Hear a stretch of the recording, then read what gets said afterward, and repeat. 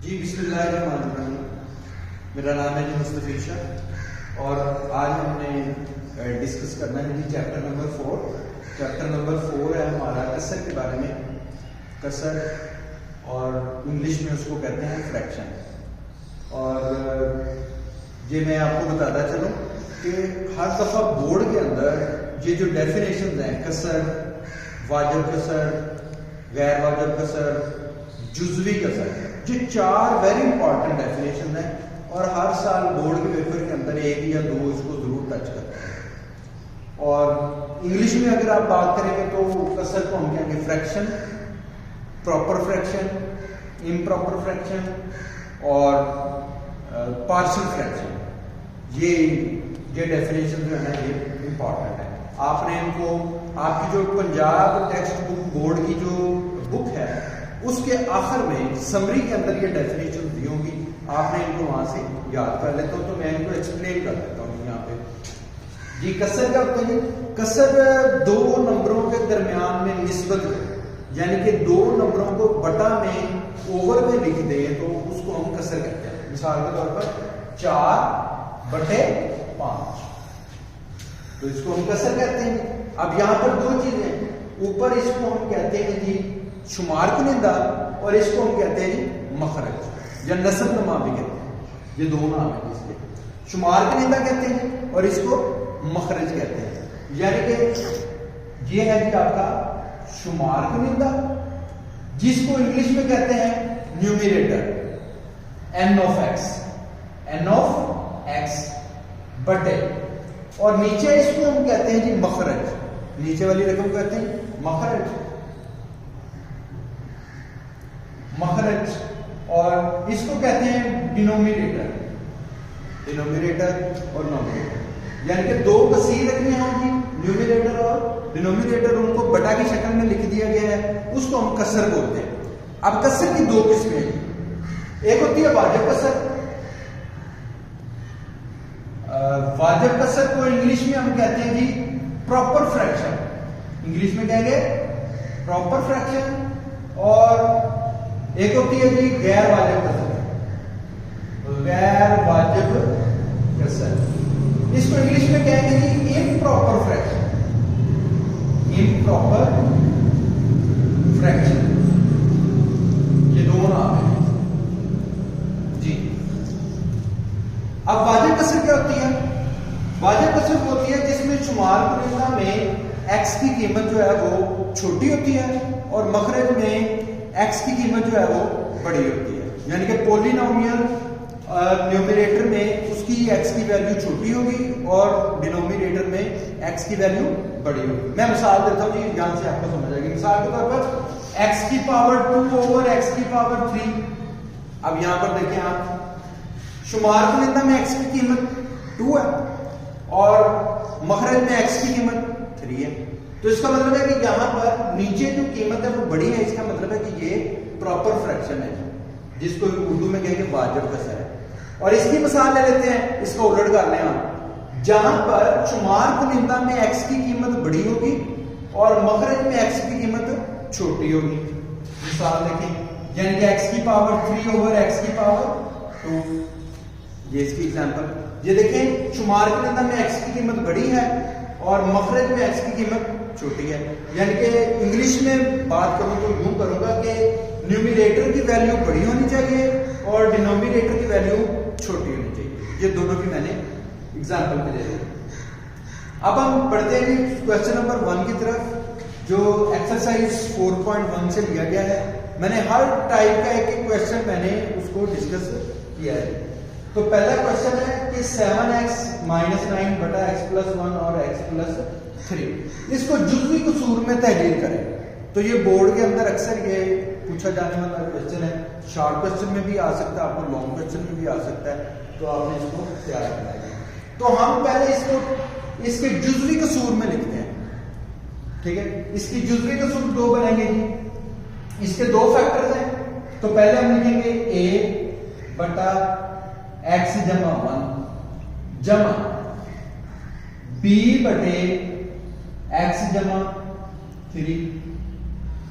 अब देखिए जी, मैंने इसको दो जुज़वी कसूर के अंदर लिख दिया, क्योंकि मेरे पास दो फैक्टर थे।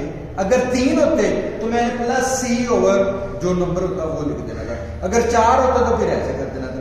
तो उसको मैंने आगे आगे उसको बढ़ाते जाना था। अब यहां से हमने ए और बी की वैल्यू फाइंड करनी है। अच्छा, मैं चलते चलते ये बता दूं कि इसका फायदा क्या है, कि इसको करने से हमें क्या हासिल होगा। भाई ये देखिए, ये फ्रैक्शन है, इसको हमने दो हिस्सों में तोड़ के लिख दिया, ए में और बी में। अब इसका मतलब ये है कि जब हम ए और बी की वैल्यू फाइंड कर लेंगे, तो जब इसके अंदर पुट करेंगे तो वो वाली दो कीमतों को जमा करेंगे तो ये वाली कीमत आ जाएगी, हमारे पास रकम आ जाएगी। ठीक है, तो पहले मैं इसको सॉल्व करता हूं जी। तो ये हमारे पास जो फैक्टर है ना, पहले स्टेप के ऊपर सभी क्वेश्चंस के अंदर यही रूल फॉलो होगा। x + 1 x + 3 से हम पूरी इक्वेशन को मल्टीप्लाई कर देंगे, सारी रकम को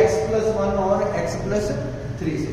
तो ये x + 1 x + 3 ये कैंसिल हो जाएंगे, यहां पर बच जाएगा 7x - 9 =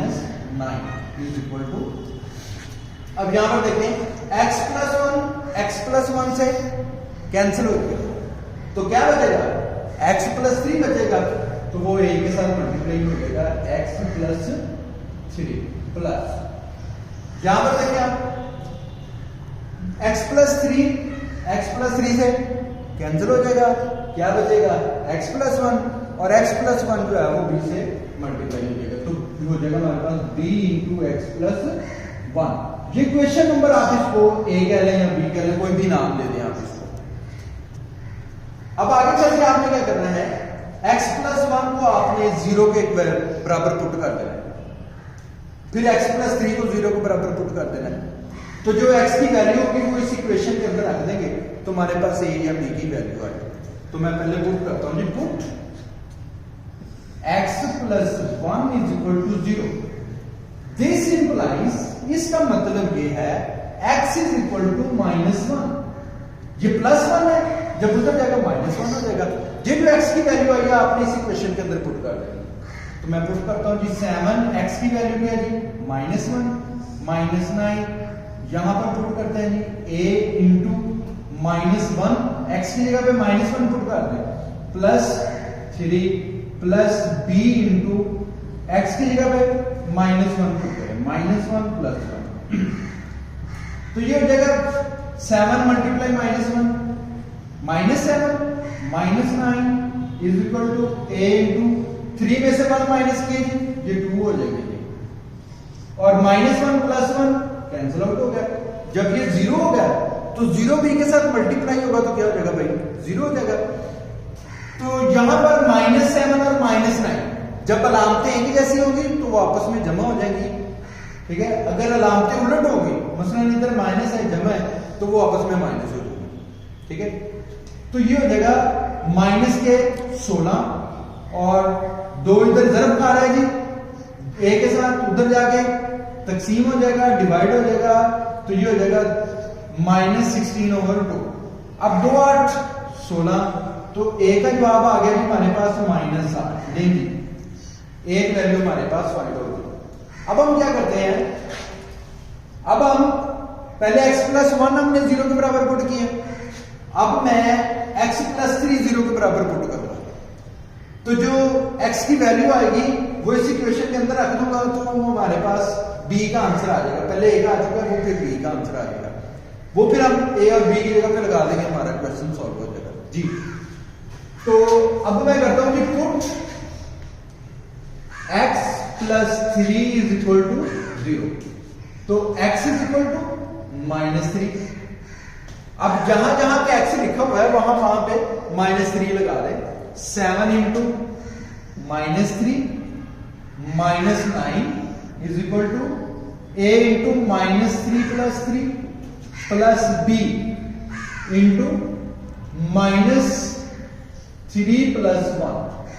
x की जगह पे मैंने -3 लगा दिया सभी इक्वेशन में। 7 को 3 से ज़रब दें, 21 हो गया, तो ये माइनस है, शुरू में प्लस है, माइनस प्लस से मल्टीप्लाई करके माइनस हो जाएगा, -21 -9 -3 जमा 3 0 हो गया, 0 a के साथ ज़रब खाएगा तो वो भी 0 हो जाएगा। तो तो आगे जी बी -3 में से 1, -3 + 1। अब यहां पर देखें अलामतें उलट है ना, तो ये माइनस हो जाएगी। अगर एक जैसे हुई तो जमा हो जाएंगे। अब 3 में से 1 माइनस करें, 2 आ गया। तो जिसकी अलामत बड़ी होगी अलामत वही आएगी, जिसके वोट ज्यादा होंगे ना हुकूमत भी उसकी बनेगी। ठीक है जी। तो ये -2 आ गया। अब -21 और -9 कितने हो गए जी? अब देखिए लामतें एक जैसी हैं, लामतें एक जैसी है तो जमा हो गए। -21 और -9 ये -30 हो गए और ये -2। यहां पर देखिए आप, ये -2 बी के साथ क्या अमल कर रहा है जी? ज़रब खा रहा है। इधर आके तकसीम हो जाएगा तो ये हो जाएगा माइनस माइनस से कैंसिल हो जाएगा जी। तो बी का आंसर आ गया हमारे पास 2, 15, 30 होते हैं। बी का आंसर 15। अब ले हमारे पास कितने मुतगय्यर थे? 2, ए और बी। भाई ए का भी आंसर आ गया, बी का भी आंसर आ गया। अब इनका जो आंसर आया है वो इसी मसवात में पुट कर दें, आपका आंसर आ गया जी। अब ए का आंसर आया हमारे पास -8 बटे x जमा 1 जमा बी का आंसर आया जी हमारे पास 15 बटे x जमा 3। ये जवाब आ गया।